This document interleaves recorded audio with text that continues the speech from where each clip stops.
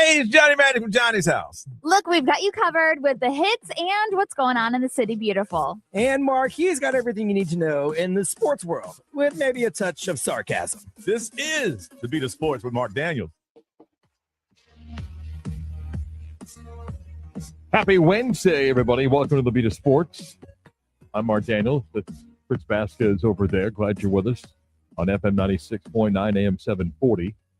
The iHeart app, if you're listening live, we appreciate that no matter where you're in the world. And you can also watch the video stream through our Twitter handle, 96.9 Game On, or go to our YouTube page and then do search 96.9 The Game Orlando. Click on the logo and the live icon. You can watch us live. I want to do something on the stream in a little bit. I'm about it. All right. So if you're not there, go there. It'll be fun. Anyway, how you doing, Chris? What time is that appointment today? My God. Last night was rough. Oh, my God. Last night was rough. Did rough. wife kick you out? No, she wants to, though. Yeah. But Chris is battling allergies. It's real So bad. let me first say, as a friend, I am sympathetic to Chris. As someone that has battled allergies for years, I'm in a better position than Chris is.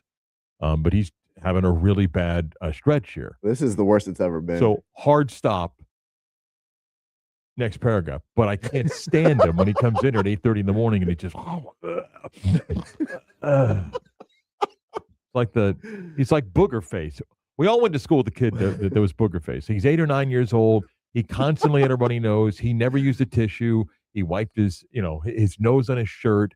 I can't. Everybody had that kid. I can't wipe it on my shirt. I'm wearing a white shirt. I don't want to ruin the white this shirt. Afternoon, okay? 2:20. You're not leaving unless you get a steroid pack, right? God, you cannot let this guy talk you out of it. I need something. I need something if you don't strong. Get it, you text me and we're going to meet somewhere and I'll, get you something because, man, you're struggling there. I am. All right. It's bad. Worst I've ever had it. I don't know why. Worst ever? Worst ever. Worst ever. And wow. the longest, too. Yeah. I'm like 2 months. I'm telling you, it can be bad. The wife yesterday asked me to help pick up leaves because she's working on the spring garden and everything. And I'm like, oh, wow.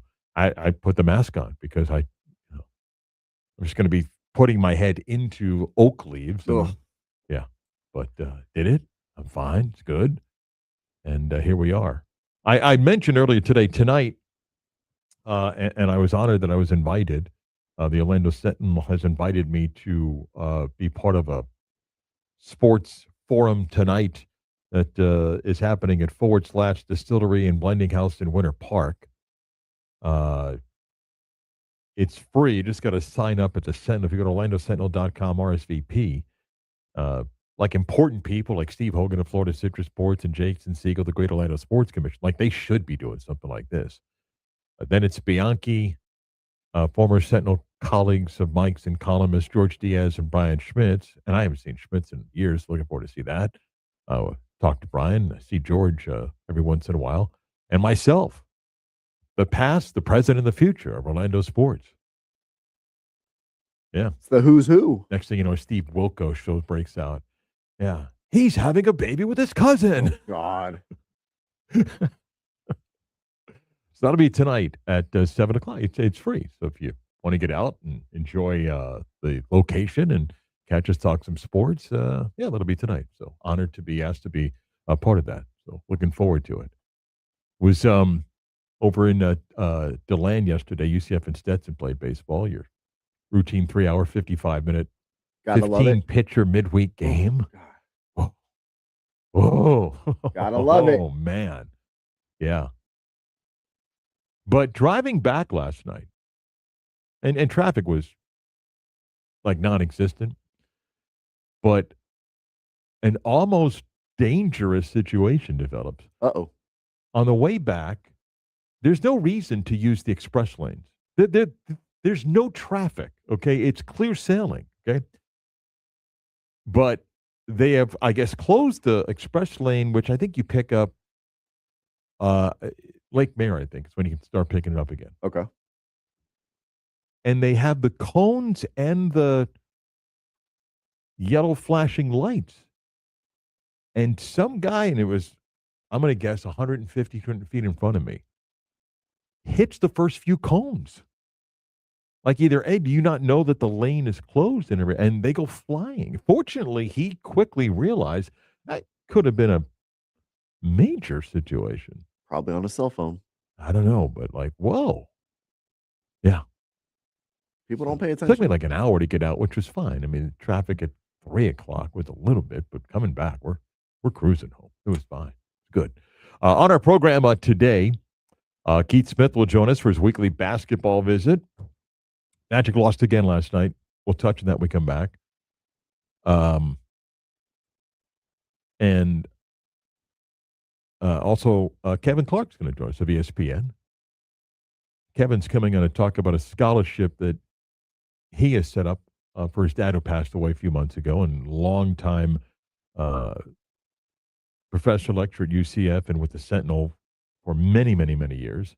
And Kevin will come on and talk about that as well as a few items in sports. Kevin's a big Orlando Magic fan. He's from Orlando. BJ Taylor will talk basketball. The NCAA tournament gets back into the round or gets back in action with the round of 16 starting tomorrow night. We'll talk to BJ about last week's opening weekend. The UCF lost and the upcoming games. We'll do that and a whole bunch more. So some thoughts on last night's Magic Cavs game, which I stayed up till like 1:05 watching back. Why did I do that? I have no idea. Yeah, got home and went down, had a snack, and like, let's go back and watch, which I did. Anyway, we'll get to that a little bit more, but here's everybody's favorite segment. It's almost like an unwritten rule that when you become a father, you become king of the bad dad jokes. What is Forrest Gump's password? One Forrest one. Are you ready to laugh? We know at least one person is. Here's CB's dad joke of the day. Oh, that's so great. Oh, Mark, I feel really good about this one. Are you ready? Yep. What is a scarecrow's favorite fruit? I don't know, Chris. What is a scarecrow's favorite fruit? Strawberries. Strawberries.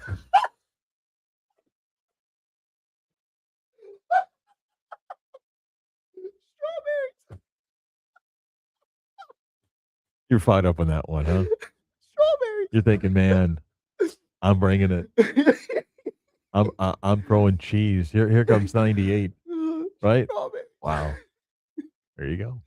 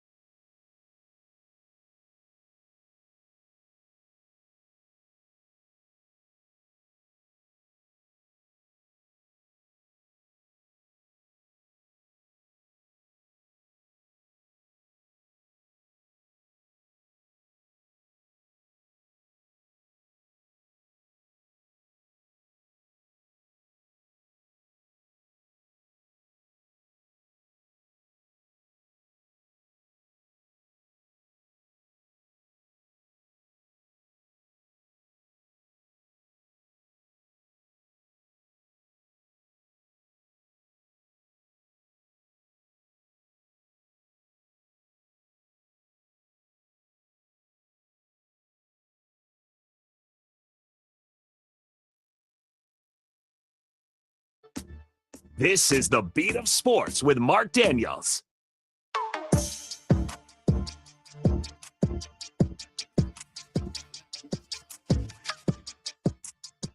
Magic lost last night to the Cavaliers 136-131. You can just be outraged so many times, right, Chris? I mean, you can just it's not funny. It's as a fan or invested emotionally to whatever degree, the team can have a win streak, and then this is how fast it turns. The Heat, by the way, were the same way. I think the Heat won 7 and they've lost 5 in a row. So the Magic have lost 6 straight right now. And look, this isn't an excuse at all for last night. But I said this the other night when they lost to the Pacers, which is still an inexcusable loss. But when you take out the players the Magic don't have, they're not as good as what you think they're supposed to be. And they played against a Cleveland team that right now is kind of rounding into form down the stretch. I do think the Cavaliers are going to end up being 4th. And in fact, the Knicks are tied with Boston for the 2 seed right now. But they're, although Evan Mobley's kind of in and out, but their big guns are there. And as the Magic continue to go without Franz Wagner, Jalen Suggs, and Anthony Black, and everybody else, they're not the same team. And they're playing players that are not thought to be part of your normal rotation, and if so, the minutes that they're playing. You can't fault their offensive effort last night. And Jamal Mosley, in his postgame, talked about the effort that his team gave for 48 minutes, and he was right. And even though I knew the outcome of the game, I went back and I watched a good chunk of it, fast-forwarding some parts. But the offensive effort with the Magic was fine last night. They just can't stop anybody.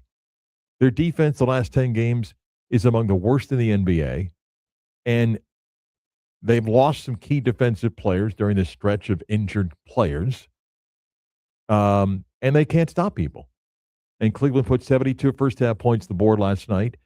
The Magic, from a guard standpoint, defensively, it was non-existent. I mean, Donovan Mitchell got whatever he wanted. James Harden just only made a couple of tough shots, but there wasn't much that the Magic offered defensively.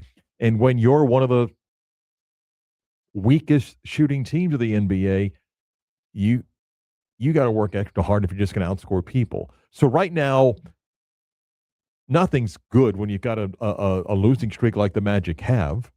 And this is what you get. Now 38 and 34, part of a 3-way tie for 8th place, which means 8th, 9th, and 10th, which means you could be as low as 10. Yeah, you could still finish out of the play-in, although the Hawks now begin to get a little bit further away here. And no game is suddenly, well, that's an easy one.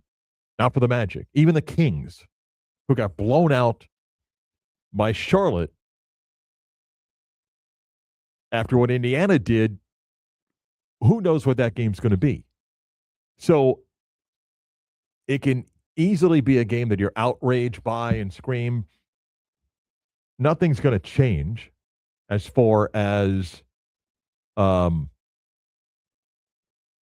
group that'll say, well, Jamal's got to go. Okay, I don't believe the team is firing him as we head down the stretch of this season. The evaluation is going to be there as this season ends. And I said on the little clip we did to promote the show today, remember, Jeff Weltman's contract's up. And the ownership has to make that evaluation first. I mean, you could fire Jamal Mosley. Who's hiring the next coach? Are the Magic committed to bringing back Jeff Weltman? It's 7 years before we get the final chapter this season. It's a team that hasn't played beyond the first round. He was brought in, part of a front office. Now the head of the front office was asked to pivot. He did. Then they pivoted again. Made some good draft picks. Made some draft picks that haven't panned out. That's life in the NBA. If you get 50% right, you're probably doing pretty good. Brought in some players, didn't make deals, a combination of things. So that evaluation, as I said yesterday, that'll happen. Now, you may not trust the ownership that says, okay, we're going to stay with this or stay with the guy making the basketball decisions. And if we change coaches, he'll be the guy that decides who they hire, or you'll change everything. And all of that's on the table. All of it's on the table. So to be outraged last night, yeah, you're outraged because it's the 6th consecutive loss. If you're honest, the effort was there. Guys played hard. They just couldn't stop anybody. They're not good defensively right now. They'll put up points, and Paolo had no problem. He scored his points last night. Every starter scored in double figures, and but Cleveland, I think, just felt like they can't stop us. And Cleveland made a couple of more plays down the stretch than the Magic. Magic were down double digits, cut it back, 1-possession game. Cleveland hits a couple of shots. Donovan Mitchell, hey, we'll get to the basket anytime.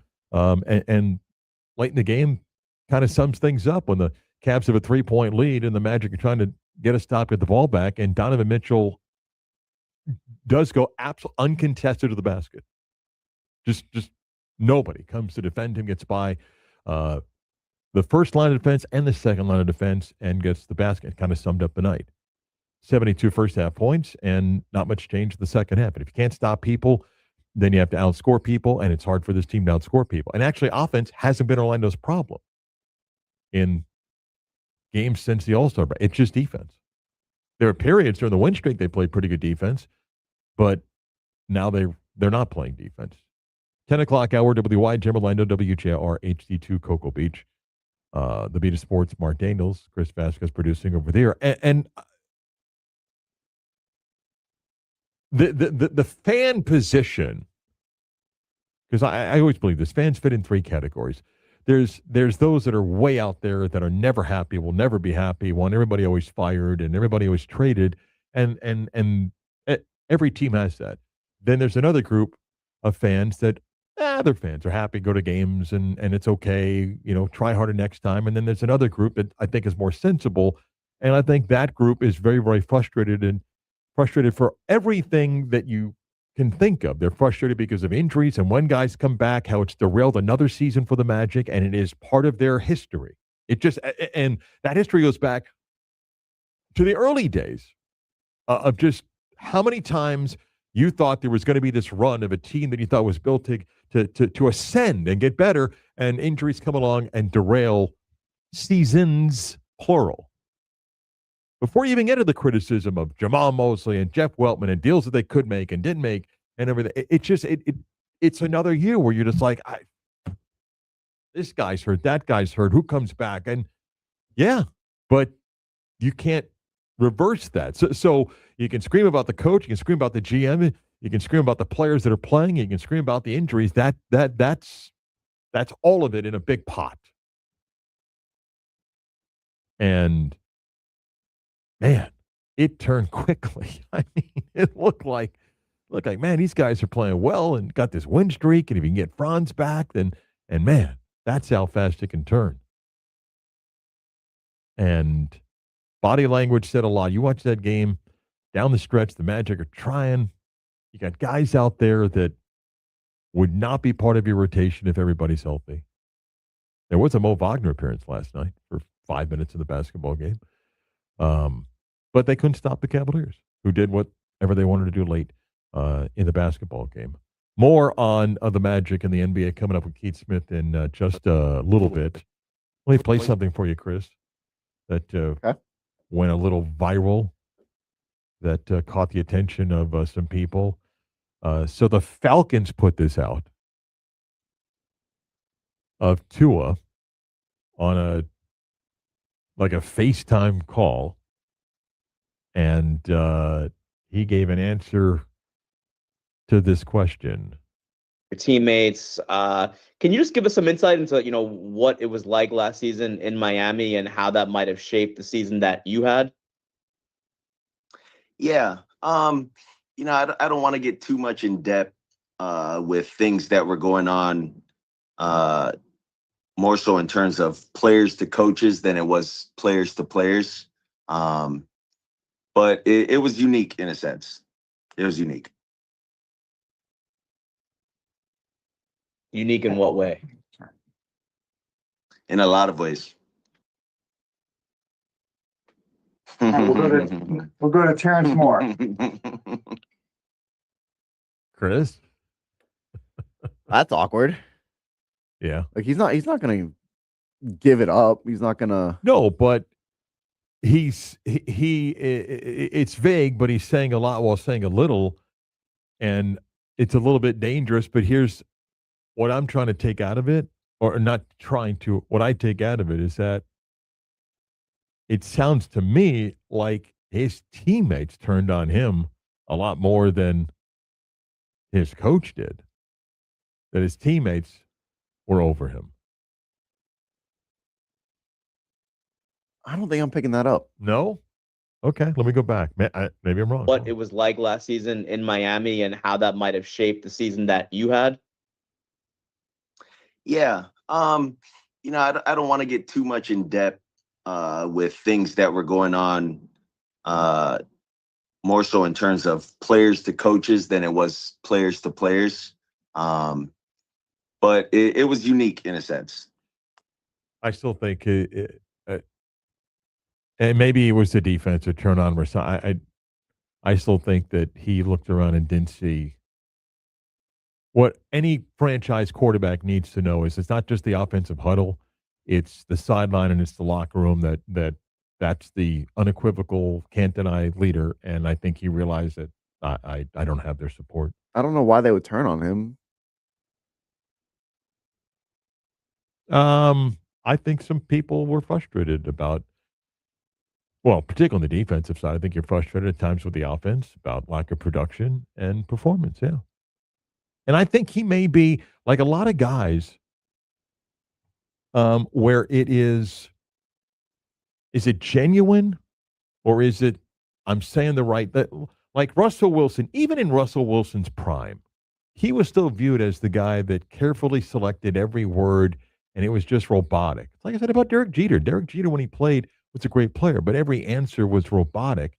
And I think in Tua's case, I think maybe his teammates kind of wondered, is this genuine or is this thing, you say the right thing, it's the same comment. And But again, what does that matter if he's robotic and given the same generic answer with no because I don't think his emotion? teammates liked him.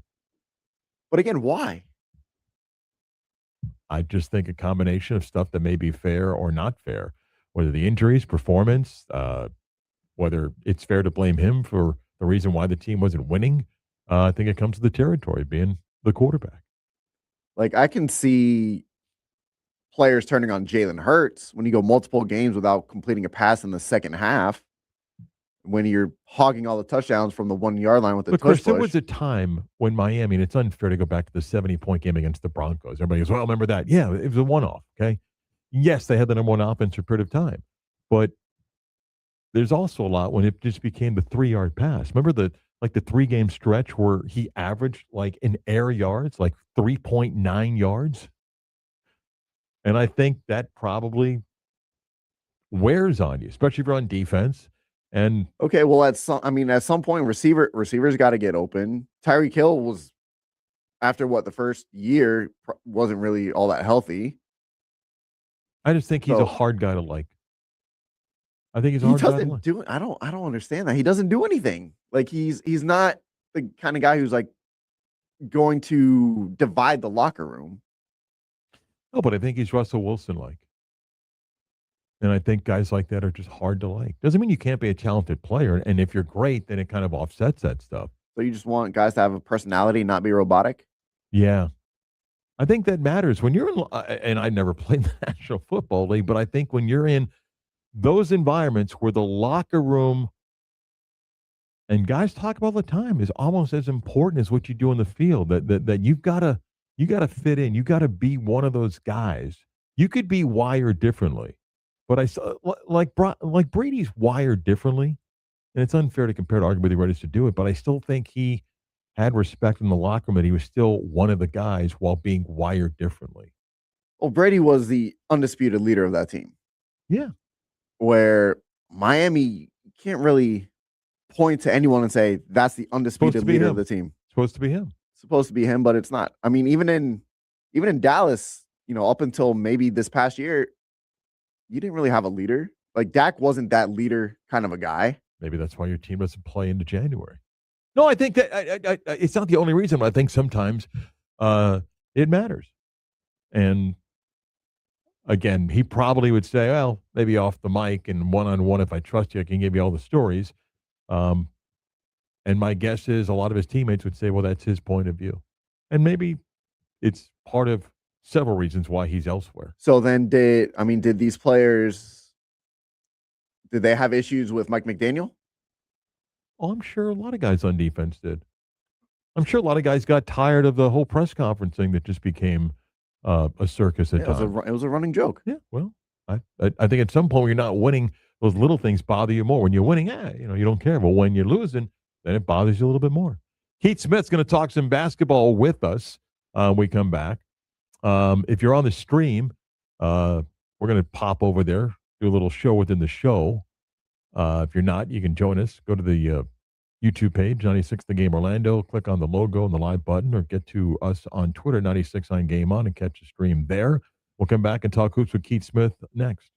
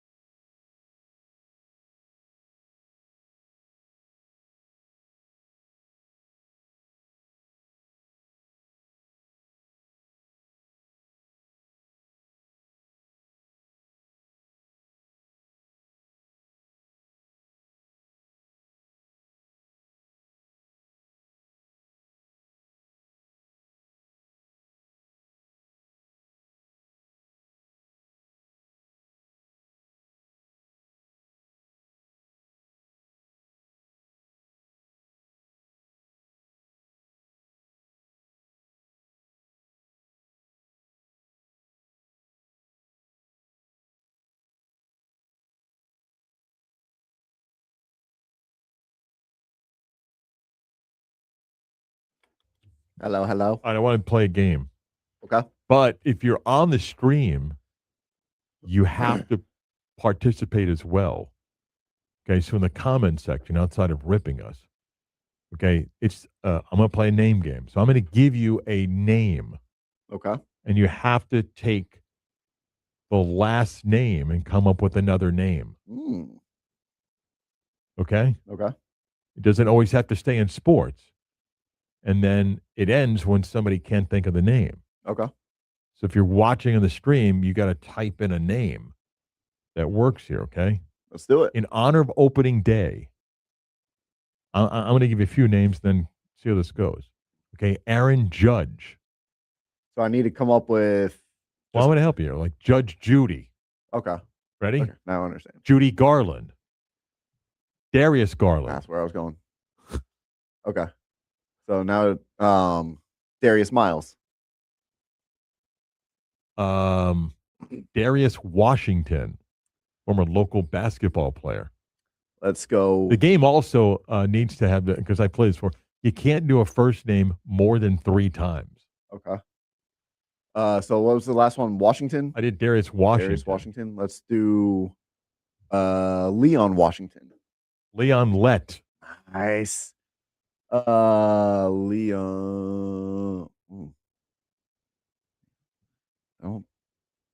I don't know anyone with. Can I help here? Clifford Lett played basketball at Florida. Yeah, I would not have gotten now. All right, Clifford. Steve Clifford. I don't know if anybody's on the stream playing. Wait, what? Steve Clifford? Steve Clifford. Okay, can I just stop the game for a second? If I use Clifford the Big Red Dog, what?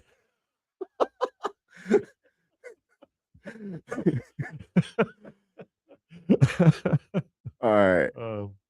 So where are we, Steve Clifford? Steve Clifford. Let's get some of these. Okay. We got. Going back to Leon Lett. Someone said Leon Spines. Spinks, I think they meant. Leon Spines?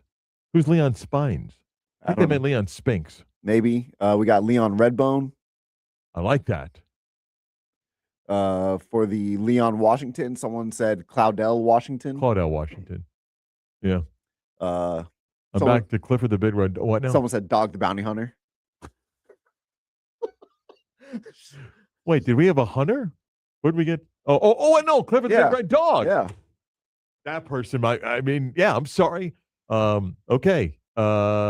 Jim Catfish Hunter. Jim Carrey. Skip Carey. Can I do Skip to My Lou? Can we go nickname? Can we do nicknames? No? No? No. Skip to my Lou. Skip to My Lou. All right. Well, then the audience has to come up. Well, so it's either. We got Skip Holtz. That's good. All right. That all right. That's good. Well, I mean, the late great Lou Holtz. I can't think of another Holtz. Skip to my Lou. That's a good one. You like that, right? Yeah.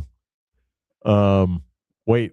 Well, but then we get stuck on Lou's. I was going to go. No, you got Lou former Williams. great wrestling manager Lou Albano. What? You got Lou Williams. Or if someone says do you count Lou Alcindor? Well, we're getting stuck on Lou's. Remember, the game is you can't get more than 3 Lou's. All right, let's just stop. Lou Williams, and then we're moving on to let's do another Williams here. Okay. Go ahead. Williams. Let's do Quentin Williams. Quentin Richardson. Quentin, not Quentin. Oh. I got to call Keith Smith. All right. Well, hold on. So Williams is where we're at? Yeah. All right. Somebody give us a name. We'll come back later and pick up the name game. We're stuck on Williams. Real quick, someone said Ted Williams. So we'll stop it with Ted. Stop with Ted. We'll pick it back up. All right.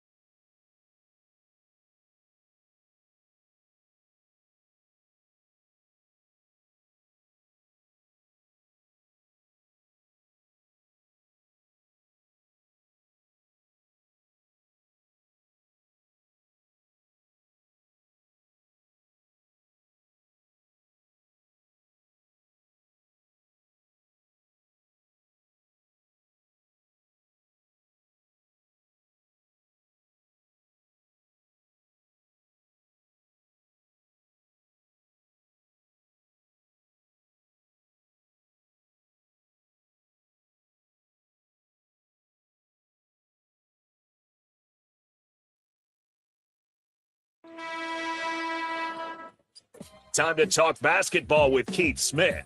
The latest on the Magic and around the NBA. Follow Keith on Twitter at Keith Smith NBA. All right, a lot of stuff to get to with Keith Smith. Again, please support his work. If you're on X or Twitter, go to Keith Smith NBA, and you can get the links to everything Keith writes about, videos, and all that stuff. Keith, good morning. How are you? Hey, good morning. How are you? I'm fine. Okay, the losing streak now at 6 for the Magic. You put out a tweet after that awful loss to the Pacers. You kind of wonder if a late season firing was here, like we've seen elsewhere.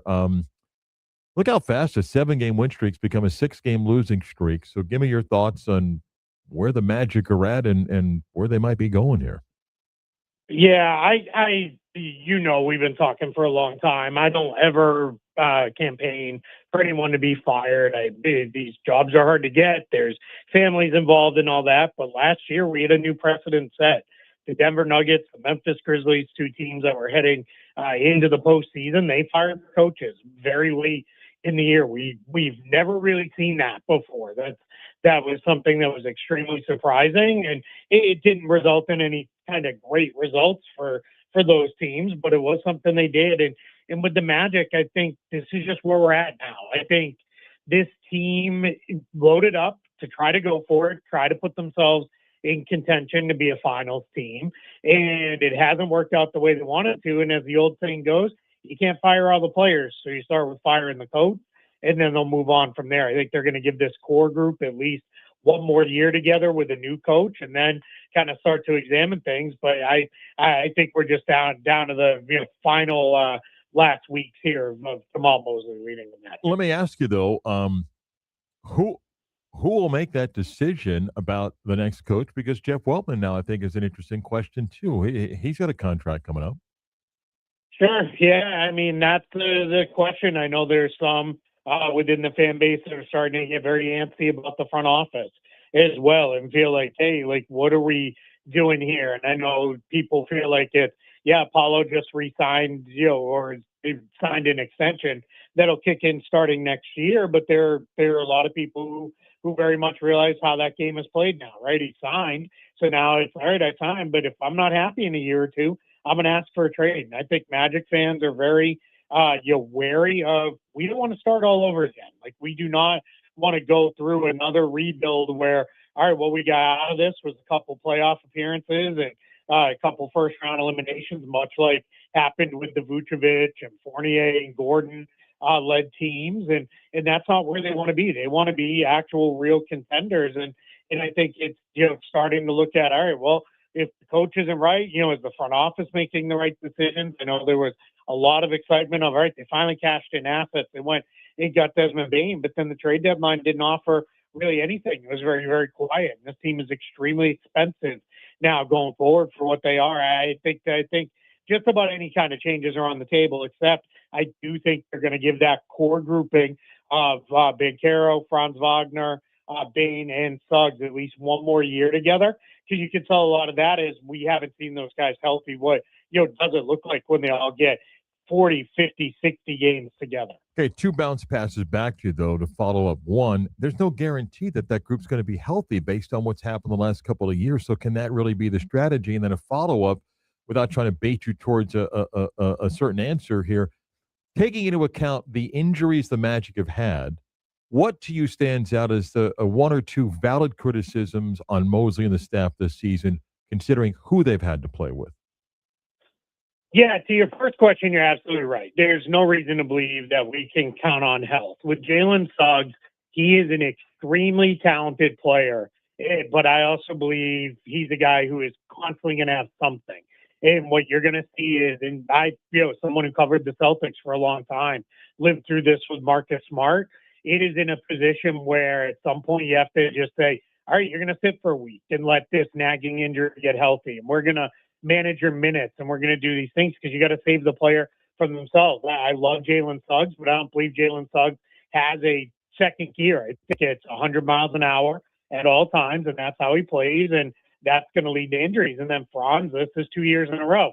Different injuries, you can say fluke injuries, but sometimes guys start picking up things. So, yeah, I think that's perfectly fair. And then the criticism of the coaching staff, the single biggest thing I would say is the offense is just very stagnant. Hey, there's nothing really imaginative that they run. Maybe some of that is injuries, but that's where you, as a coach, you got to get deeper into your playbook. You got to scheme buckets.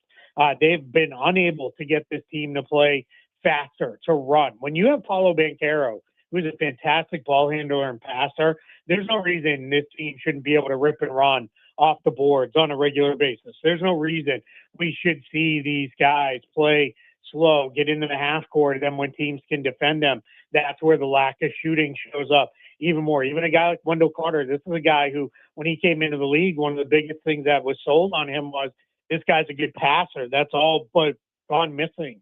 Now, we never see him really run any real actions, and I think you could get a lot more creative on the offensive end with that. And then I'd say the second thing is when you have your star players snipping back at the coach, that gives me a sense of, things are not all, not all happy there in, Wonderland. It's, people are starting to Smith, and maybe we have kind of lost the locker room here.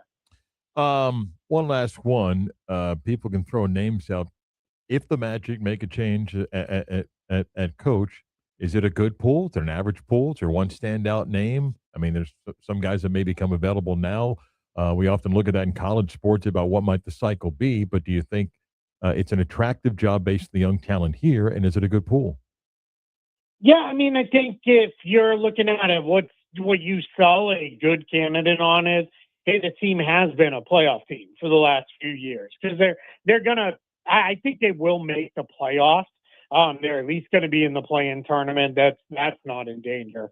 I know it feels awful right now, but they're going to at least be in the play-in tournament. But I think there's a good chance that this is a playoff team too. So you're telling the coach of, hey, we had the guy who took us from bad to good. Now we need somebody to take us from good to contender. And that's where, I think you start dreaming a little high, right? Start with a guy like Michael Malone and say, hey, are you interested? One at a very high level with the Denver Nuggets, ran really good stuff, had control of the entire, program there, and had them running. If not, then what about Tom Thibodeau? We've seen him take teams with, equivalent levels of talent to the Magic and take them to a different level. He's never quite broken through, but that's there. And then somebody like Taylor Jenkins, who ran really good stuff with Memphis, and then I think things just kind of ran its course there. Similar ending of what happened or what may be happening here in Orlando, where just a bunch of injuries and all kinds of stuff. But I think that's where we're headed. Let's kind of get into a place with the Magic where it's big for a coach. No more, all right, here's a young up-and-coming coach to lead this team. This team now needs the coach that's going to take them to the next level. The 65 game limit for season awards is back as a headline. It's interesting. I saw Jaylen Brown's clip. I'm sure you saw it. He said, hey, y'all screamed for it, then you got it. Now we don't want it. I don't know if that's true about fans. I think we understand there's some scenarios here where guys like SGA may have to play some games down the stretch that Oklahoma City might want him not to. Same deal with Victor Wembanyama making his case for MVP. Your thoughts, and if the league is going to reevaluate the 65 game rule? Well, the Players Association is clearly going to put pressure on them to reevaluate it. And I think what the Players Association is going to say is, hey, we have a chance here to relook at this and really try to take care of guys. I take it completely out of context with Cade Cunningham, because everybody's like, well, they're trying to make him more money. I mean, yeah, maybe in the long term, but Cade Cunningham's contract is already locked in at the full max amount he could get. There's no more money to be made for him on his contract. So I think what the Players Association is fighting for is Cade Cunningham and the next Cade Cunningham. And it's funny because a lot of the same fans are like, no, don't change the rule. Make these guys play. They're going to be the same ones in a couple months when the All-NBA teams come out, who are screaming and yelling about, how did this guy make All-NBA? This is ridiculous, because they're not going to remember that 20 different guys weren't eligible to make it. And that's where, it's got to be some give and take. I think you got to tweak it. I think this 65 games feels like it's weird when guys like Cunningham are missing it. Then you had Tyrese Halliburton, very famously last year, said, yeah, I'm playing through an injury because I want to be able to be eligible for All-NBA. And we shouldn't have guys pushing themselves when they're legitimately injured. I get it. People want players to play when they're healthy and ready to go. But fans also want their team to win championships. And that's where these things don't all go hand in hand. The real answer is we should play less games. The schedule should be shortened. There should be less regular season games. But Josh Hart said it directly the other day. No one's going to go for that. The owners aren't going to go for less money, and the players certainly aren't going to take less money. So nobody wants to change the schedule. So we're kind of stuck with what this is. But I think there's going to be real pressure put on them to change it. And then the last thing I'll say is people have missed some of the unintended consequences where you get a player who wasn't going to make an All-NBA team. Like take Cade Cunningham's teammate, Jalen Duren. He may not have made All-NBA. Now, if enough guys miss out, he may make All-NBA. Then they're going to start with the Pistons saying, hey, I made All-NBA, start my contract at the 30% max. And then you're going to see guys starting to get bigger contracts than maybe they should get. Everybody gets to, hey, if they want the big contract, they should play and earn it. But nobody wants to look at the other side where it is, wait a minute, this guy snuck in on an All-NBA team that should know, and now they may get a lot more money. There's there's a lot of things that, are not great about this. Knicks have been good at home this year. They're tied with the Celtics. Is that big of a difference, the 2 or 3? I don't think so, because I think either one of these teams can go in and win. In the other gym, we saw the Knicks do it, obviously, last season, beating the Celtics in the first 2 games of that series. And just to remind everybody, that was before Jason Tatum got hurt, so that wasn't because Tatum was out. So I think the Knicks have great confidence if they're third to go into Boston. I think Boston has won enough in New York. I don't think that's it. Where I do think it is it's a little hard. You can't really start gaming matchups because the 5 through 10 in the East is so condensed and close. But you would like to, in theory, at least a slightly easier matchup in the first round. But I think that's even too hard to predict. So I don't know that either one of these teams is all that broken up. Although, in an ideal world, yes, you're playing a game 7 at home. I don't know if he'll win. I'm sure you saw the clip of Wemby making the case for him as an MVP, which, by the way, I thought was very eloquent. And if you didn't see the future of the NBA, just watch the clip because it's right in front of you. But your thoughts on his campaign speech? Yeah, I mean, good for him for, saying his part. I know some people are saying, hey, you don't let other people do that for you, but I don't have any problem with a player speaking up and speaking his mind. We've seen Jaylen Brown certainly do it. And I just add to the future of the NBA. Jaylen Brown, who has been saying I'm the best two-way player in the league for, months now, finally went back and clarified outside of Wemby, which was really funny because that's the veteran player here who's very, having a great season and very high on awards list himself, even giving a nod to, hey, this dude is different. And then that's, really kind of fun. But yeah, I think it's SGA that will get MVP, but I think Wemby put himself in position where I think, the difference between, him and Jokic, his team's 10 games ahead of Jokic. He has a far bigger defensive impact than Jokic does. I think we're going to see, him pick up a lot of votes and maybe even finish second. And then that may be the last time he finishes second for a while. I mean, this may become one of those where we start talking about it as, we really going to give this guy 3 MVPs in a row and all those kind of things because of the historical context. He is just something else. And, if he's not here already, it is right around the corner. Keith Smith is on X or Twitter, Keith Smith NBA. It's down the home stretch of the season, and you get the links to all the work that Keith does, support his work, both videos and the stuff that he writes about. And we always enjoy our chat. So thank you, Keith. Always appreciate it. I appreciate it. Thanks so much for having me. If you missed us on the stream of the sports name game, will continue. You can get there. The live stream either on our YouTube channel, 96 The Game Orlando. Click on the logo and the live button, or get there on Twitter, 96.9 Game On. Want to continue it now? Let's do it. We're going back on there to play the sports name game. Kevin Clark of ESPN joins us. His dad passed away a few months ago, and Kevin is going to join us to talk a little sports, but also promote the scholarship fund that UCF has set up in his dad's honor.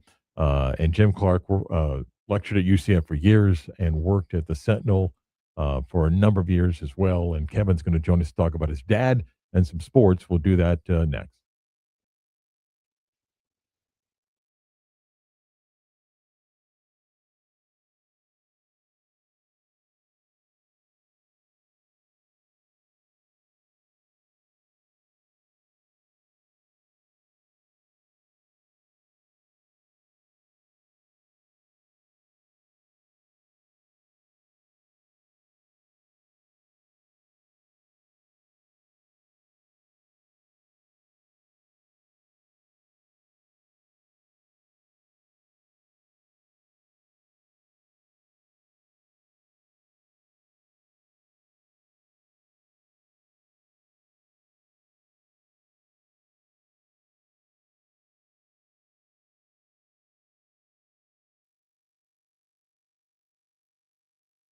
All right, we're back. Where do we leave this off now? It was Ted Williams, but then we also got someone said Ted Knight.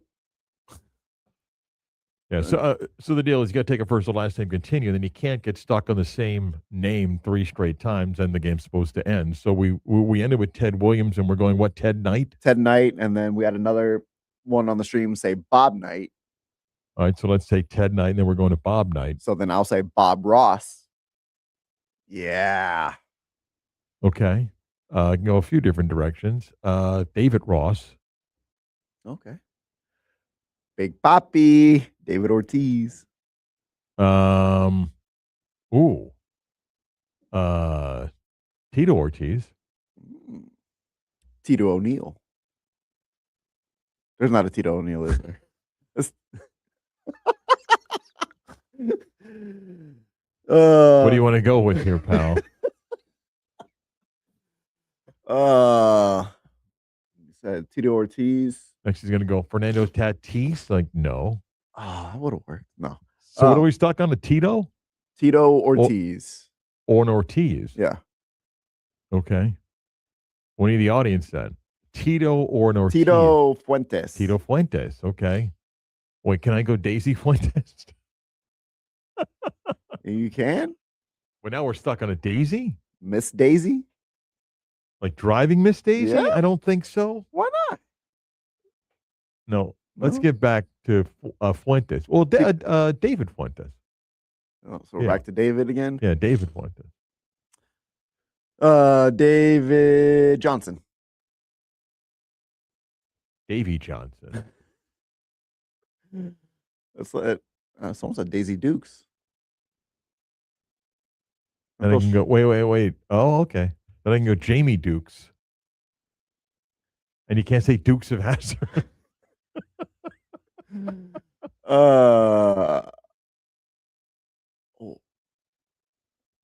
Where are we at? Well, we either went the Daisy Dukes to Jamie Dukes, or I think we did like Davids or something. Let's go Jamie. Jamie Okay. Dukes. Jamie Dukes. All right.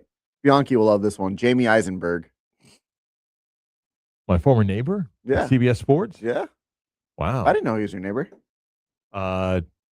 He was not born, but he came home after his first day in a house across the street from mine. Oh. Yeah. Knew his grandparents and his mom well. Okay, so what do we got? Jamie's? Jamie. Unless you know about another Eisenberg. Jamie Moyer. Yeah, you can't think of a Moyer. Now you got to go back to Jamie's. I feel like I know a Moyer. A Moyer? Yeah. Does the audience know another Moyer? Chris snorts. Yeah. Jamie's easier. You can only do one more Jamie, then we got to get off Jamie. Then you're stuck on 3. Jamie, who's the I'm blanking on the NASCAR driver. Jimmy Johnson? Oh, it's not Jimmy Johnson. Oh, Jamie Chadwell. Well, but wait a minute. Now we're going to get another Chadwell? I think we just drove ourselves into a wall now. Oh, that stinks to lose on a Jamie? No, that's someone tried to pull a fast one. What? Jamie Winston? No. I got to call a All right. guest. There you go. That's the name gift. That was fun. We'll do it Kevin again. Clark next.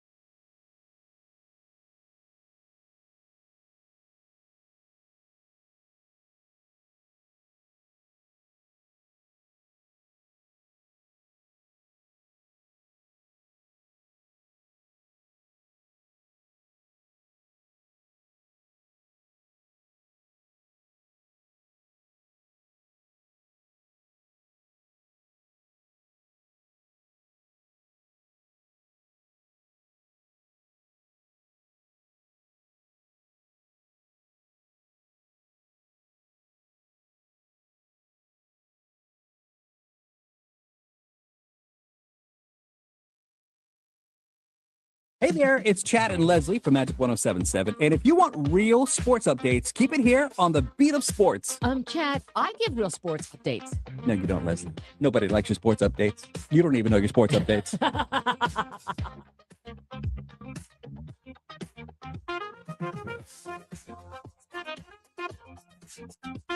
Magic are back in action tomorrow when the Sacramento Kings come to town. Kings got blown out by Charlotte, and Magic lost in Cleveland last night. So both teams in Orlando, they'll play tomorrow night. Magic try to snap a 6-game losing streak, and need every win now you can. Tied for 8th, 9th, and 10th with the Heat and Charlotte, and that's just where they're at. So, like I said, team played hard last night. Offensively, they had no problem scoring points. They just couldn't stop Cleveland, and right now they can't stop anybody.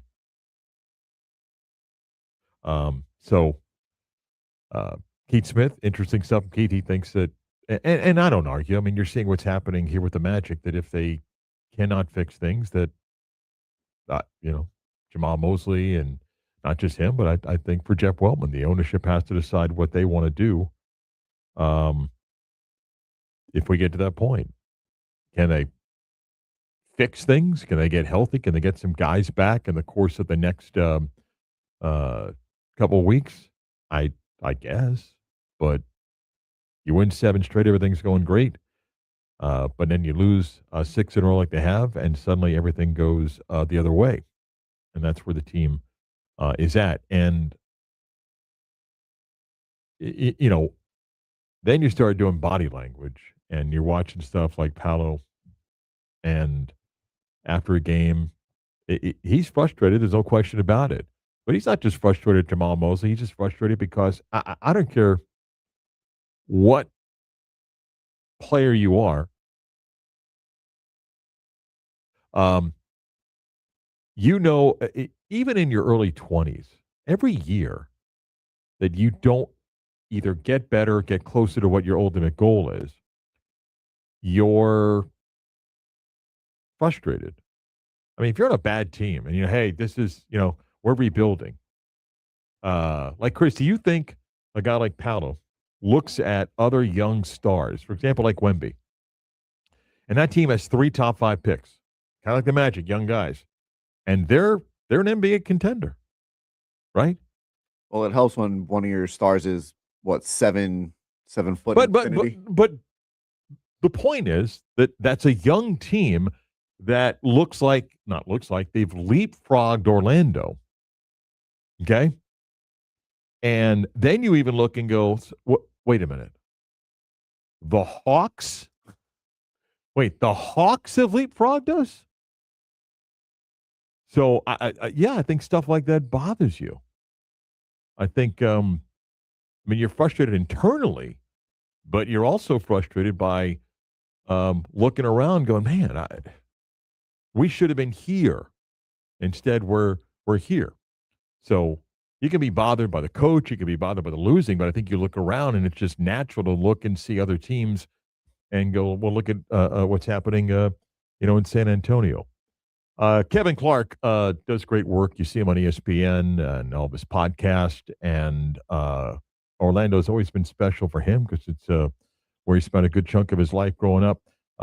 His dad spent times in Orlando and meeting with the Orlando Sentinel and Orlando Magazine and lectured at UCF. And UCF has set up a scholarship on behalf of Jim Clark, and Kevin is here to join us. Welcome back. Good to catch up with you. How are you? I'm great. Thank you for having me. Very excited to be back on the Orlando airwaves. This, as you mentioned, born and raised in Orlando, still love the Magic, still love Florida sports. So always a pleasure to talk about it. It's a little bit fitting tonight. The Sentinel's doing a whole year of 150 years of their existence, and I was invited by Roger Simmons, the editor, and Bianchi, myself, and George Diaz, and Brian Schmitz, and some others are doing this history of Orlando sports for their 150th anniversary. Your dad started working there many, many years ago, in fact, 50 years ago, 40 years at UCF. For those that don't know the impact your dad had on media in this area. Can you share a little bit about that and just how he obviously inspired you to take a path in this business? Yeah, so both my parents moved to Orlando in the 70s, which is just, it seems insane now when you consider what Orlando was like. And they both moved to be early Orlando Sentinel employees, not early because it's 150 years old, but it wasn't a big paper back then. And so my dad and my mom worked there. My mom worked there till '08. My dad worked there until the 90s when he took over Orlando Magazine. And what was cool about it, and you have perspective on this too, is just like they got to see the growth of Orlando in a way that very, very few people did, because it went from a very relatively small town to then in the late 80s. Obviously, you get Disney, late 80s, you get the Magic. I mean, now I'm consistently stunned when I go downtown for a Magic game and see what the city has become. And so I think my parents had a front row seat to that.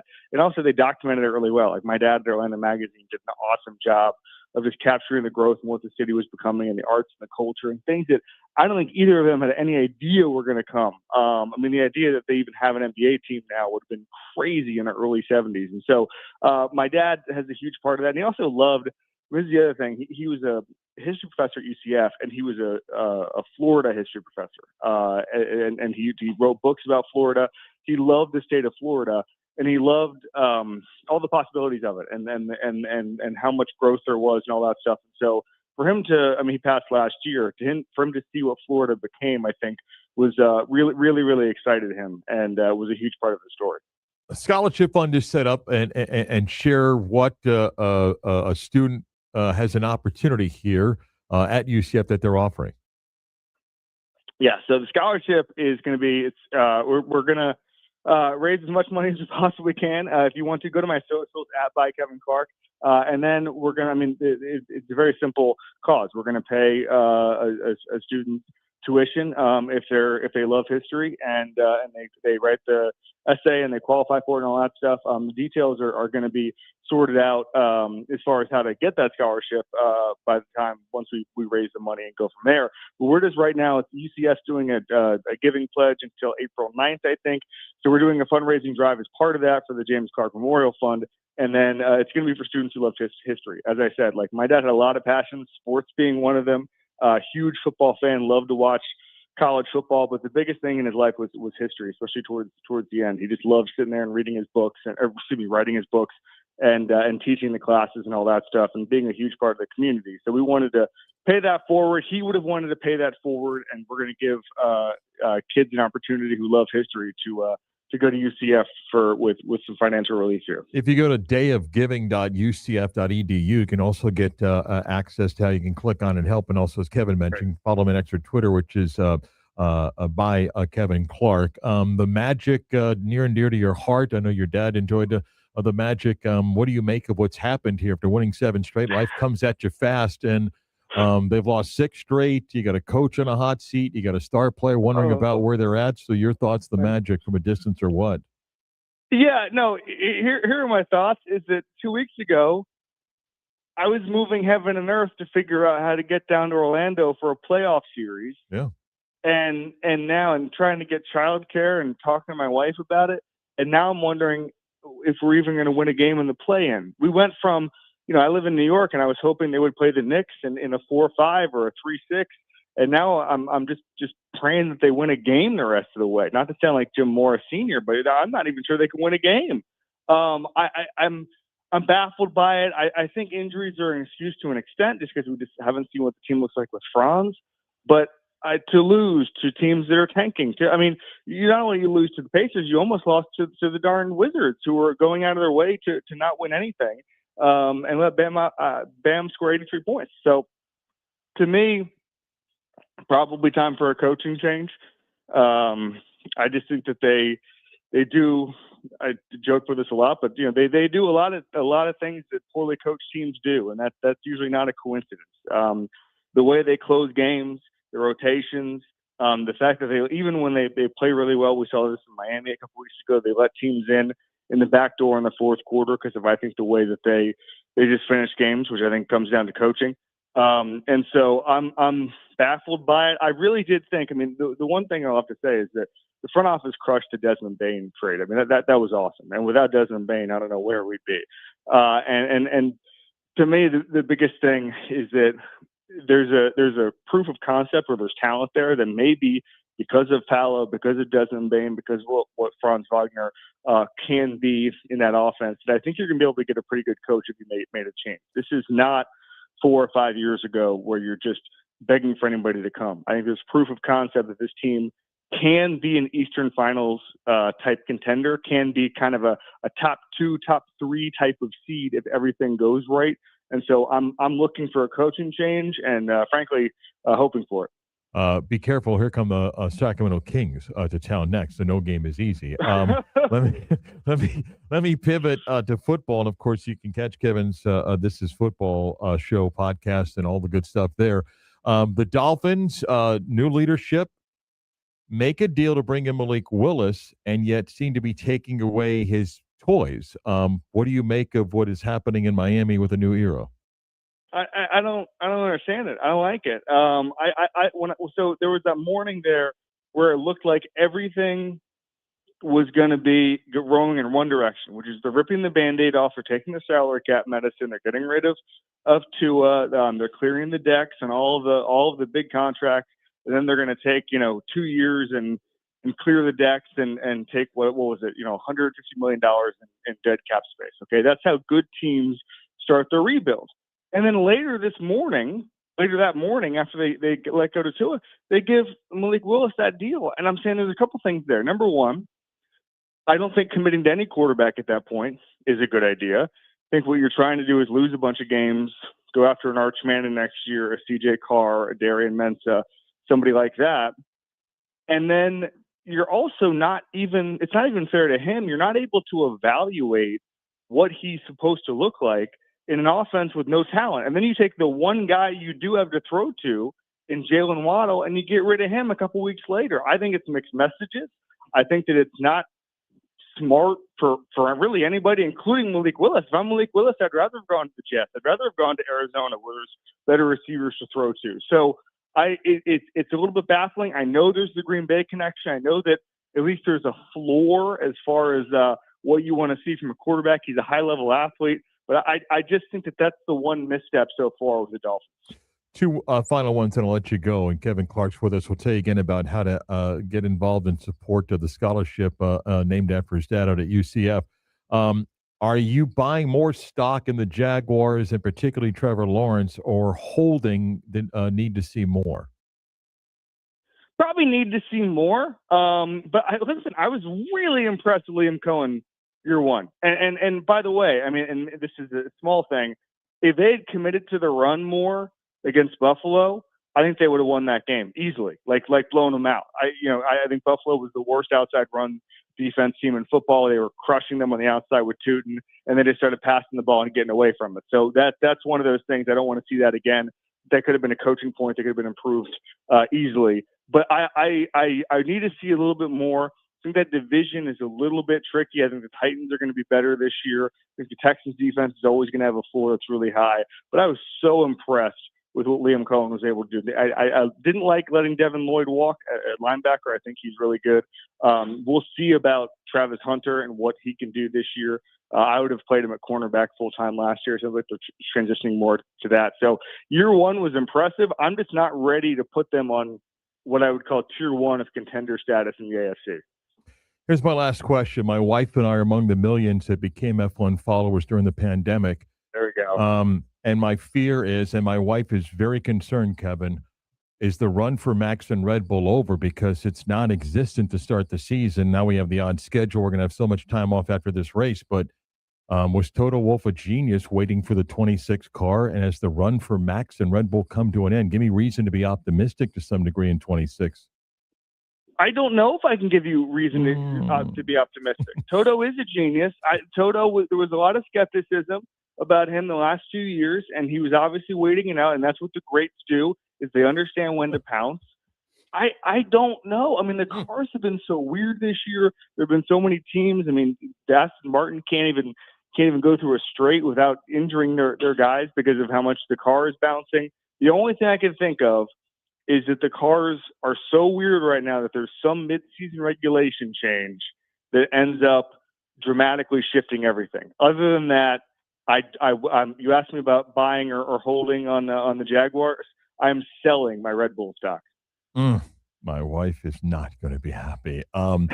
If you get to Kevin on X or Twitter, which is @ Kevin Clark, you can get the information and the link regarding the scholarship that UCF has set up for Kevin's late dad, Jim Clark. You can also go to dayofgiving.ucf.edu to show your support as well. Thanks for the time. We're happy to promote the cause. We'll follow up with it, and always appreciate talking to you. All right. Thank you so much. Kevin Clark of This Is Football, his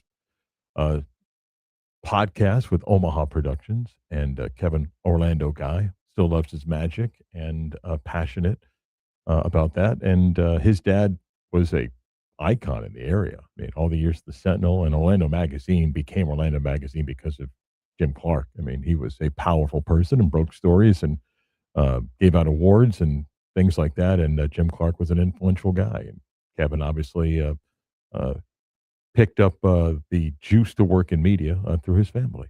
11 o'clock hour, BJ Taylor's going to talk some college basketball with us. His thoughts on the Sweet 16 round, which gets going tomorrow. Thoughts on UCF season coming to an end and more. Plus a little game show with Chris, but the hour kicks off with the news next.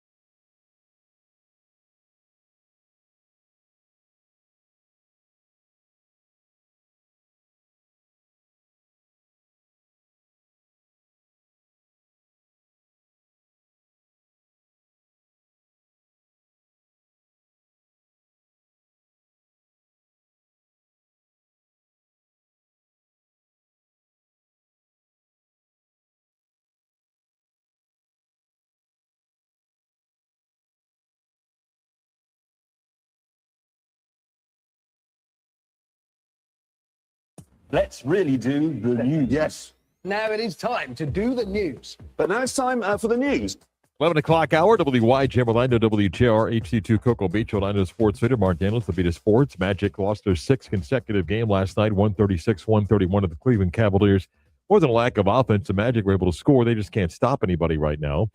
42 for Donovan Mitchell, 36 for Paolo in the loss for the Magic. Had 6 players in double figures. Team comes back on to take on Sacramento, who lost by another 40-plus point game last night in Charlotte. Speaking of Charlotte, the Magic now find themselves tied with Charlotte and Miami for the 8th, 9th, and 10th spot in the Eastern Conference. Shams Charania reporting that the NBA Board of Governors has approved a vote for the league to explore expansion to only 2 cities. That would be Seattle and Las Vegas. They're looking for an expansion fee of $7 to $10 billion. This is not a question of if. It's not a question of going around to tour cities. The NBA has already chosen their 2 cities. Now what they need is solidify ownership groups in both those cities and someone to step up and meet their price for those franchises. And it's thought that when the league goes to 32 teams, you'll see the Minnesota Timberwolves move from the West to the East. North Carolina's parted ways with Hubert Davis as their basketball coach. The Tar Heels lost to Virginia Commonwealth. VCU beat them in an 11-6 matchup in the tournament. 5 seasons there, played in a national championship game, also missed the tournament a couple of years.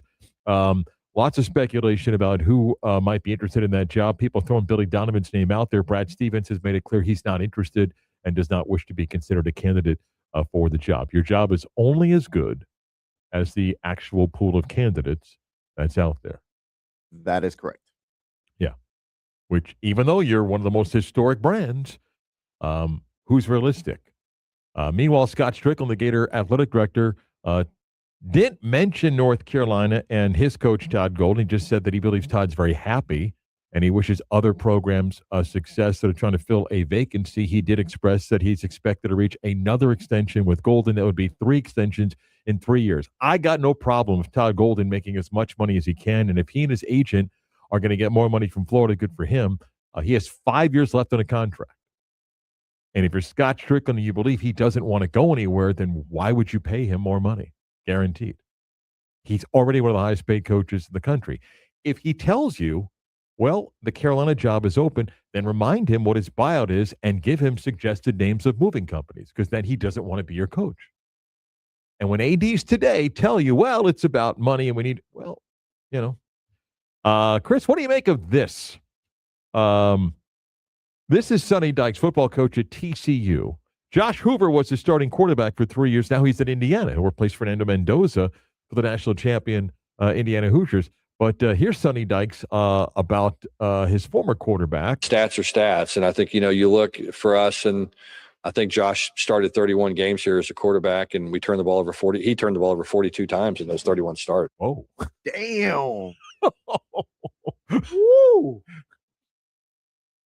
The coldest part is the self-correction of us. Wait, ready? Here you go. Stats are stats. And I think, you look for us, and I think Josh started 31 games here as a quarterback, and we turned the ball over 40. He turned the ball over 42 times in those 31 starts. Ooh. The marriage is off. Stats are stats. Wow. Yeah. Woo. Is that someone just being bitter, or is he glad he's gone? Listen, man. Coaches are crazy, but they're also human. And when someone comes and says, that's nice what you paid me, it's nice what you've offered me, I'm going elsewhere, and you're like, what? Yeah. Then all of a sudden you're like, what? So it's Let me tell you. So it's the jealous. When the good-looking girl drops you and you go, well, you're fat on the way out. So it's the jealous ex type. I don't. Listen, he's a good coach. TCU's next quarterback comes from the Ivy League. They didn't pay what Indiana's paying. So, yeah. Major League Baseball season opens tonight. Yankees and Giants play a single opening night game in San Francisco.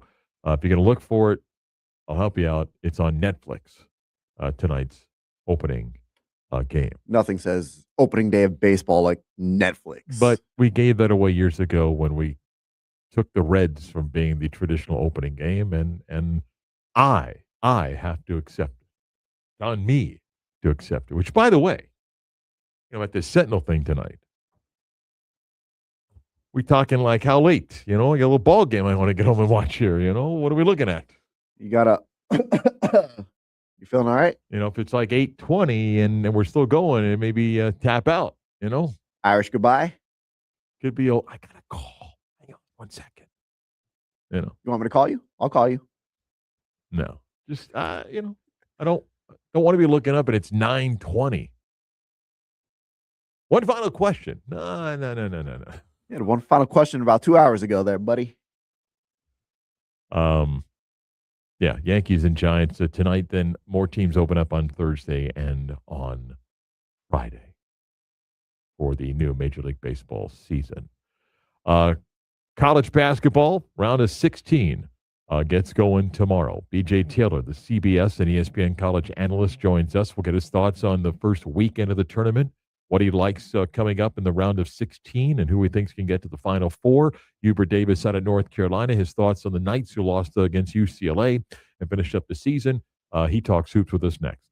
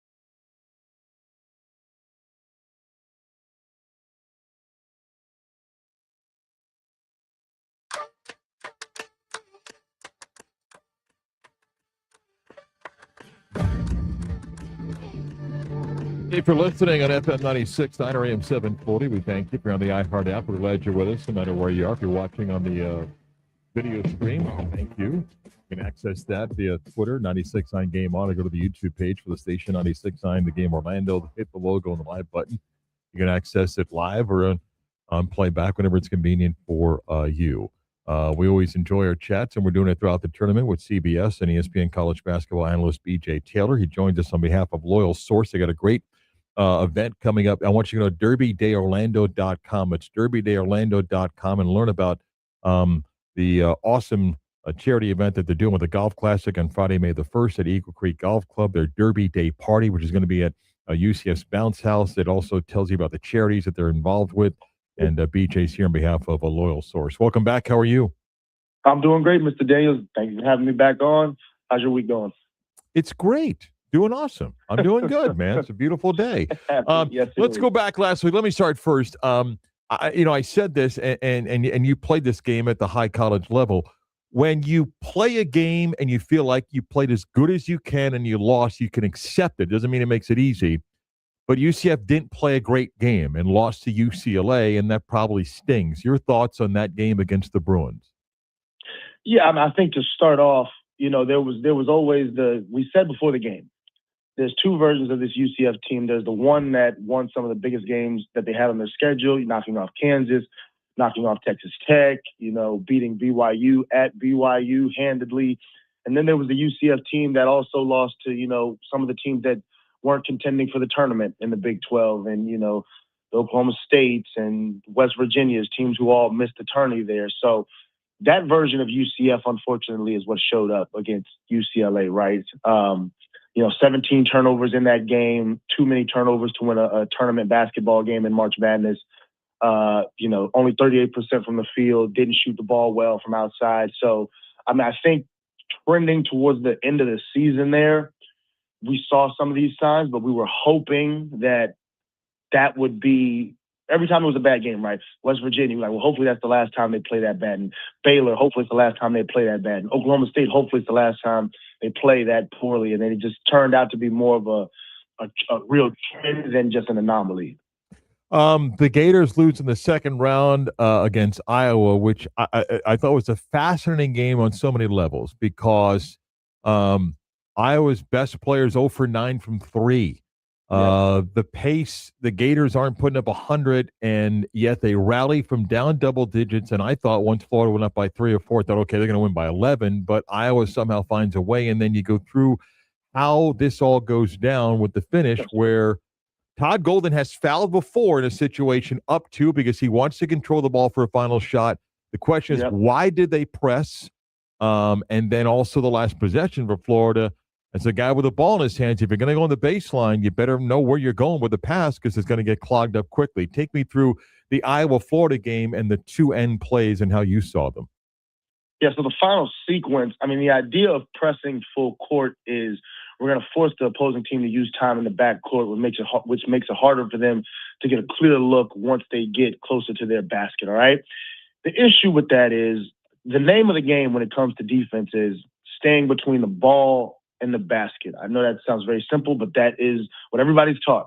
You stay between the ball and the basket. That way it makes for a more difficult shot, and the offensive player is impeded. Well, there was 8.9 seconds on the clock when Iowa inbounds this basketball. As soon as the ball is inbounded to the Iowa guard, with about 8 seconds left on the clock, only 0.9 runs off. There are now 3 Florida players behind the Iowa guard, right? So we're saying you need to stay between the ball and the basket. With under a second gone, had ran off the clock in game clock time, all of a sudden, there's 3 Florida players that are no longer even in the play, which leads to chaos. And once chaos ensues, now it's March Madness. Now everybody's running wild, and Iowa, executed what they need to execute. In my opinion, obviously, hindsight is 2020. You don't press in that situation. Maybe you put a guard up there just to turn them in the backcourt, just to make things a little more challenging. But going full court press, with that amount of time on the clock when you're up 2 is just a huge, huge risk. And it turned out to be, detrimental. It turned out to be fatal for the Florida Gators. Is there any team that's advanced the Sweet 16 that you just like, whether it's a one seed, it doesn't have to be, the only double digit seeds, Texas, but anybody like, man, they were awesome last weekend. Iowa State.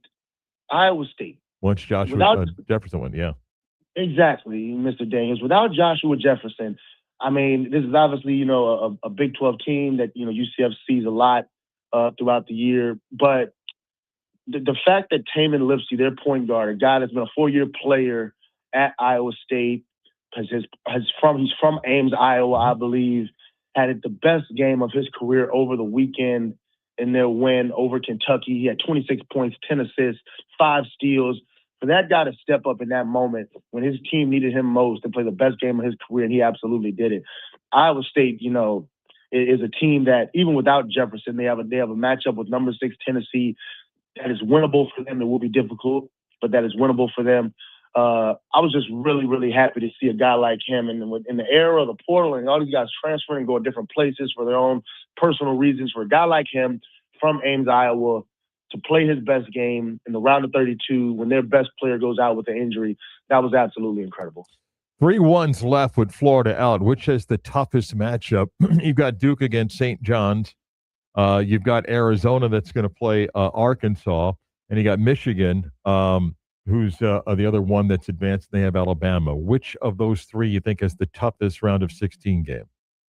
It's got to be Duke, and that's the popular choice. Duke, St. John's. A part of that is St. John's is a good basketball team. A lot of people feel like they were wrongly seeded as a 5. Won the Big East championship over UConn, but Duke isn't fully healthy. Patrick Gungba returned from injury in their round of 32 game, and he looked all right. He won't be 100% most likely by Friday night. You look at Caleb Foster, their point guard for the majority of the season, is still out with injury. Let's see if he returns. And even if he does, he's another guy that won't be at 100%. So St. John's Duke is probably the toughest matchup for a 1 seed. Michigan, Alabama is interesting because Michigan is so big inside. They're so physical, but Alabama is a team that shoots threes at a higher clip than anyone in the country. I mean, this is a team that if it's not a layup, Nate Oates wants a 3. And they play like that. They shoot threes at an incredibly high rate, and they can make them. So for a team that plays big like Michigan, Alabama has an opportunity to stretch the floor and make some shots from the outside. But I mean, my game of the weekend in the Sweet 16 is Arizona Arkansas. That 1-4 matchup. I mean, you got the number 1 team in the country, Mr. Daniels, going up against potentially the number 1 player left in this tournament, and Darius Acuff, who is absolutely sensational. I mean, that's a 9:45 Thursday night tip off.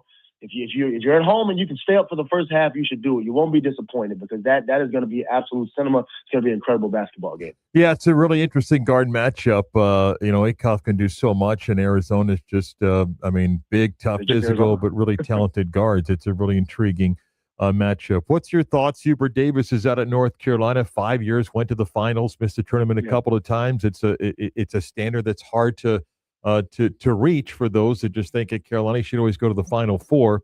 Your thoughts on the vacancy at Carolina? And that's the standard. I mean, Hubert Davis knows that as well as anyone, as being at North Carolina as a player and being in North Carolina as long as he was an assistant coach under Roy Williams. The standard at North Carolina, the standard at Duke, the standard at Kentucky, the standard at Kansas, those 4 programs is we need to be in the Final Four more times than we're not. We need to be in the hunt for the national title more times than not. And whether you feel like that standard is too high or whether you feel like they need to temper their expectations a little bit, that's how they are. That's how they feel. And in today's age where, social media is so prevalent and everyone has a voice and these fan bases can really make their voices heard in a way that they weren't able to be heard, in the 2000s and in the 90s and things like that, it starts to kind of snowball and create this, snowball effect of we want to get this guy out of here. I mean, I had this conversation over the weekend in studio talking about Mark Pope at Kentucky. And, in his second season at Kentucky, Mark Pope took them to the tournament twice. They have not reached, the heights that Kentucky wants. So there's already conversation about getting Pope out of there. It's like, sometimes it gets a little bit ridiculous. But Hubert Davis knew the expectations, losing to a VCU team that they shouldn't have lost to, even without Caleb Wilson. That was really, the final straw for not only the fan base, but administration. So you turn the page and, Billy Donovan, Mr. Daniels, Billy Donovan. That's the guy that I had. If I'm the North Carolina administration, I'd have my eye on, right? I know they're talking about, Mark Few at Gonzaga and trying to pull Todd Golden away from Florida and some of the other Nate Oates at Alabama. Can you pull these guys away? Maybe TJ Otzelberger, but Billy Donovan has to be at the top of the list in my mind. I mean, this is the guy who left Florida on his own volition because he wanted to go chase, the opportunity to win an NBA championship, and things have kind of hit a cruising altitude with the Chicago Bulls at best. So if there's any way to get him to return to college basketball, you'd have to imagine one of the best jobs in all of basketball. Lakers, Celtics, Duke, Carolina, Kentucky.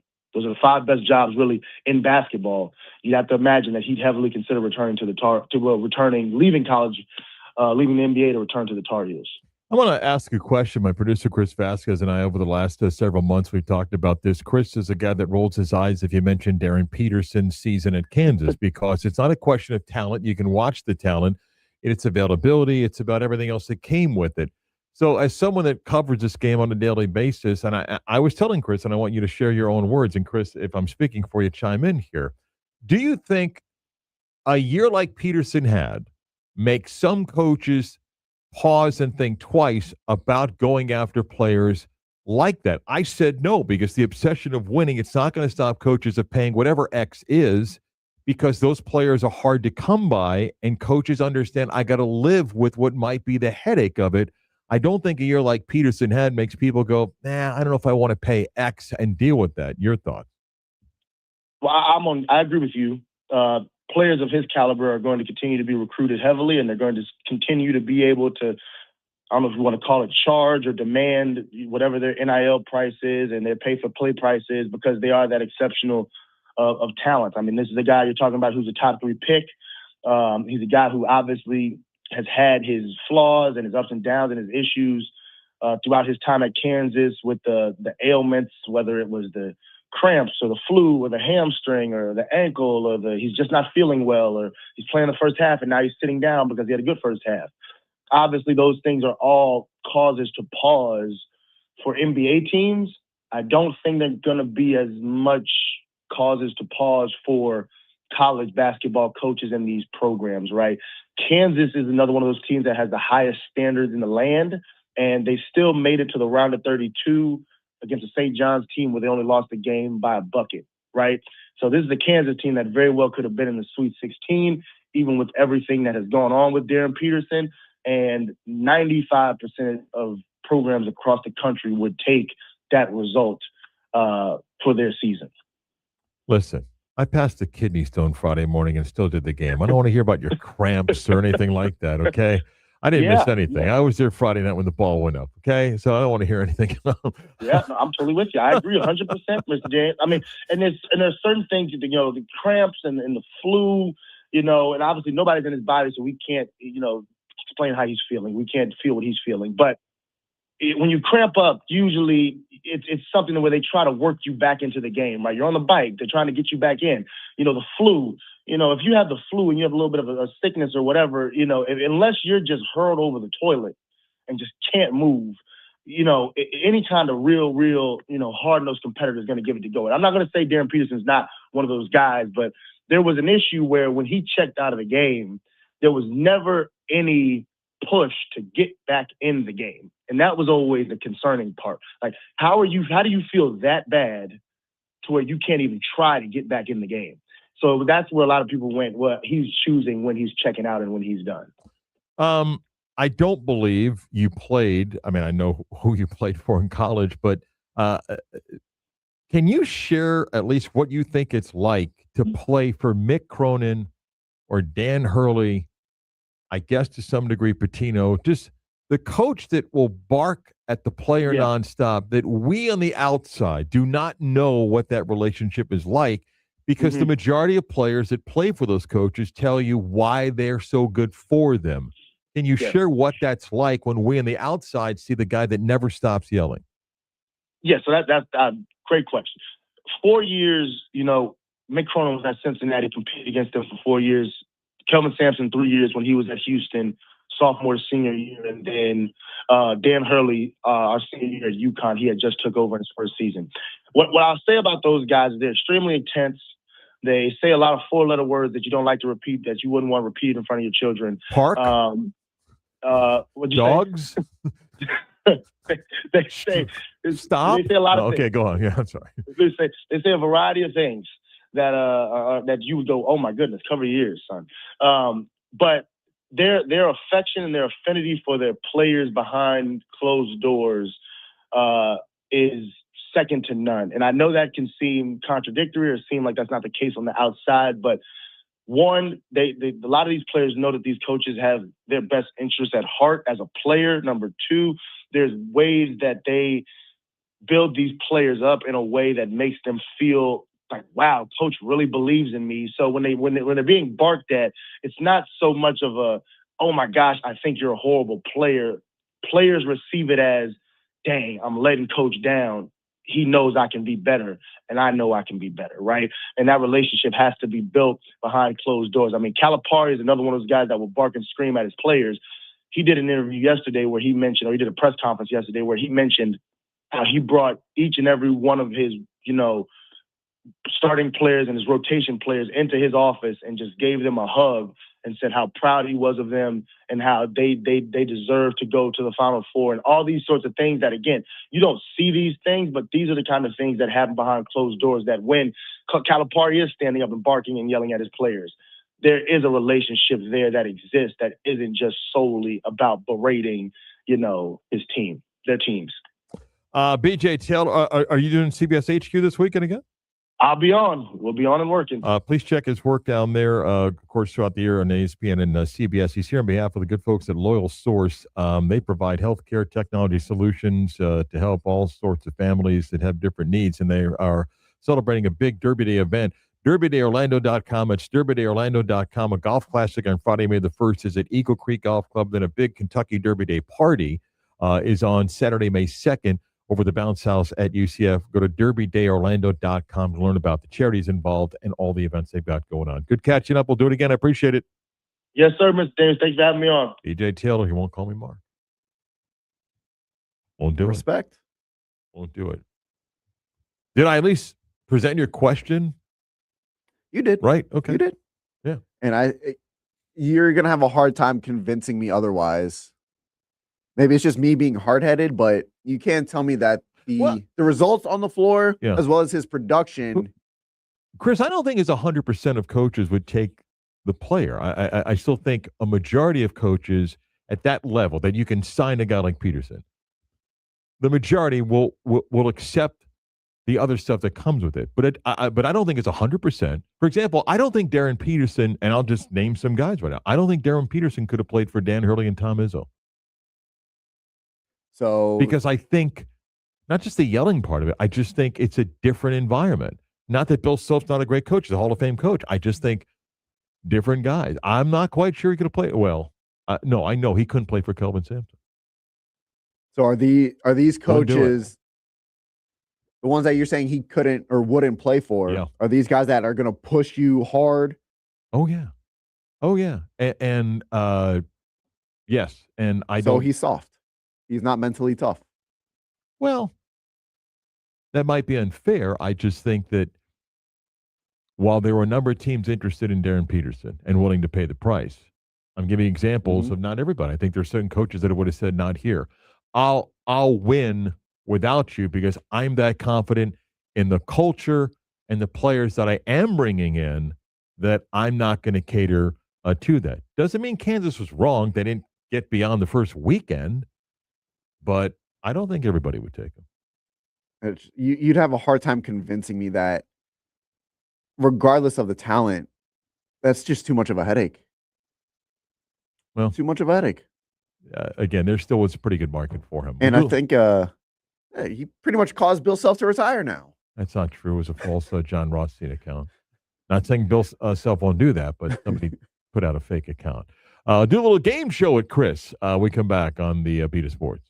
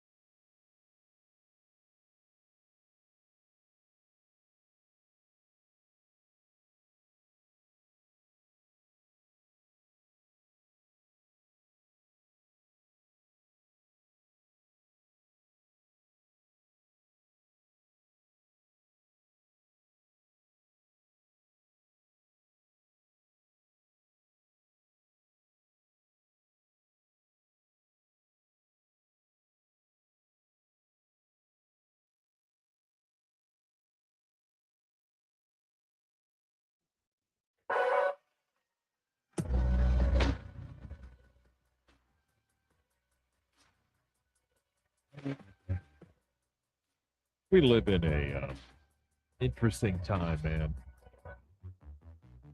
Somebody posted a clip of DJ Lagway rolling out and throwing a pass. Like, Saw that. I don't know about the Baylor's in throwing trouble. motion, man. Baylor's in trouble. Look at that.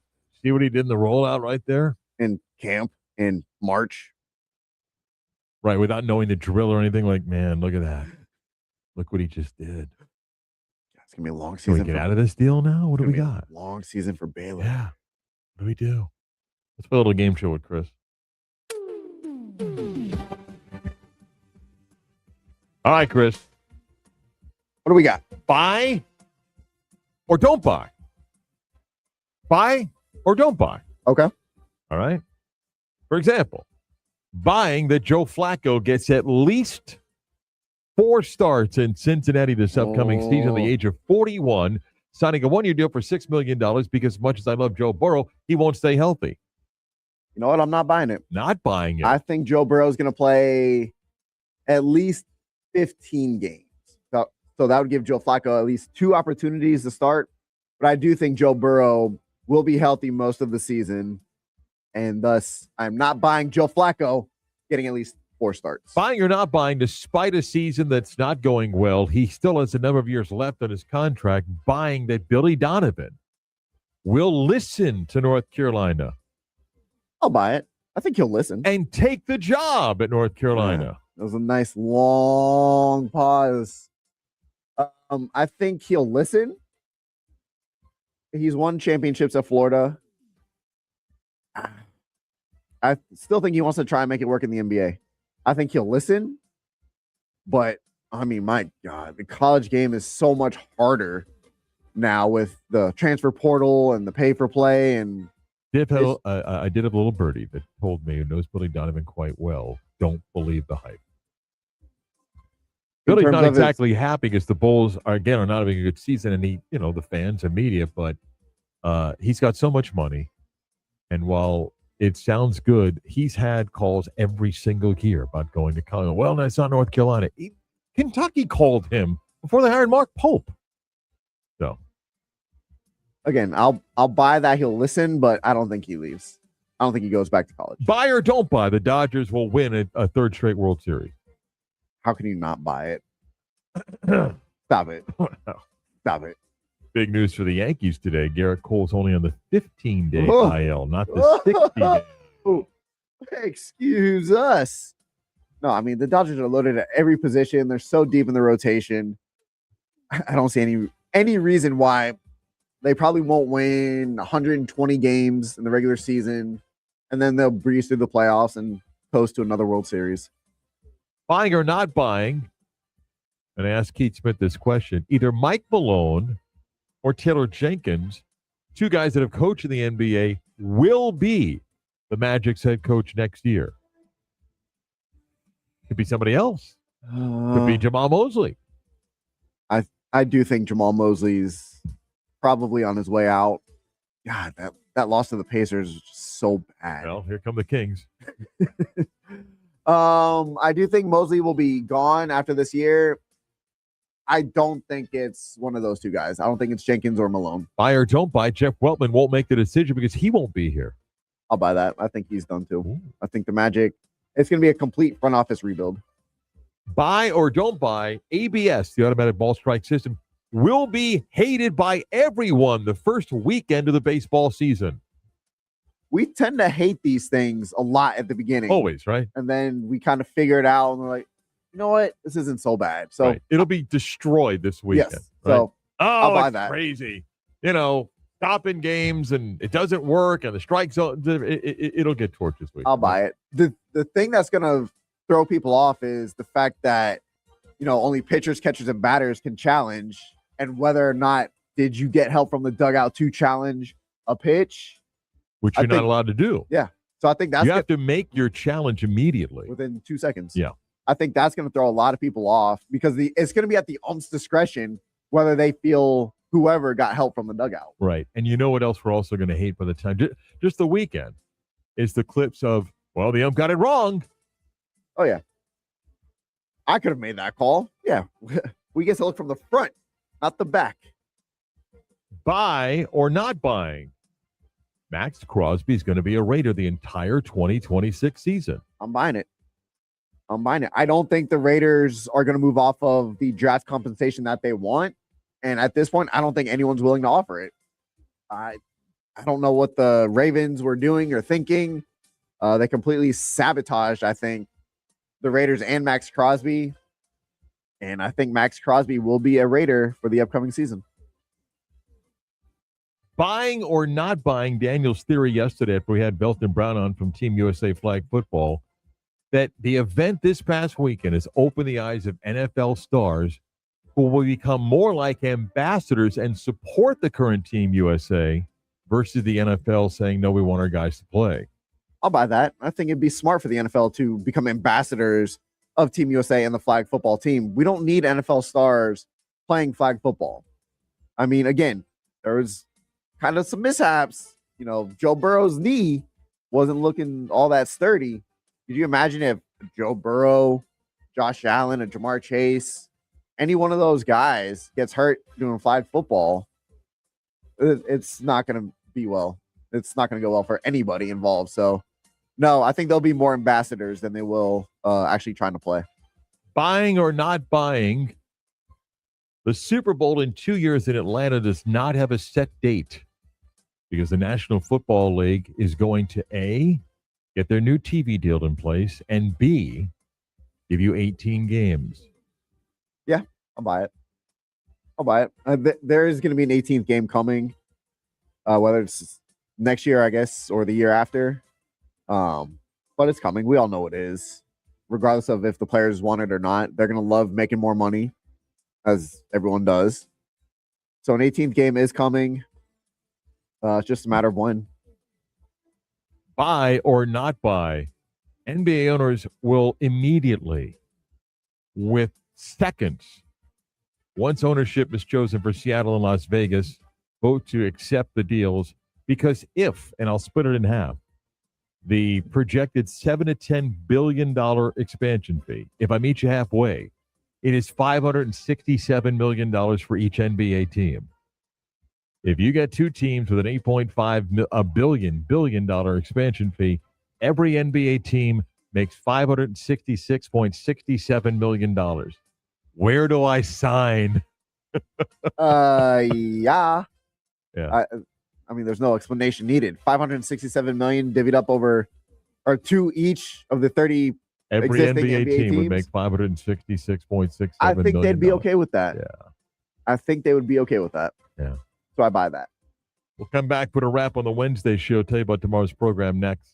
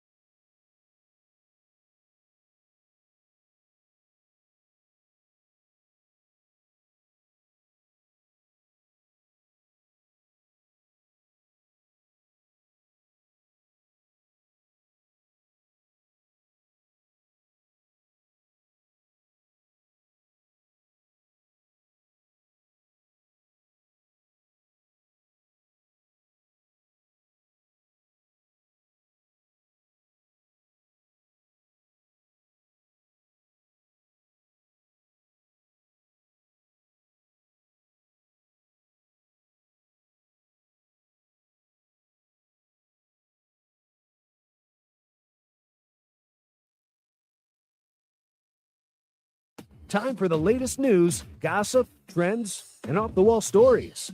Trends. That's the craziest thing I ever heard. Yeah, no, the NBA's Board of Governors, the owners have approved talking only to Seattle and Las Vegas about an expansion team, and the price tag set between $7 and $10 billion. There was a false report of someone trying to say they were John Rothstein at CBS Sports that Bill Self was retiring. Self has denied, and John Rothstein telling people it's on his account. Welcome to the world of fake accounts again.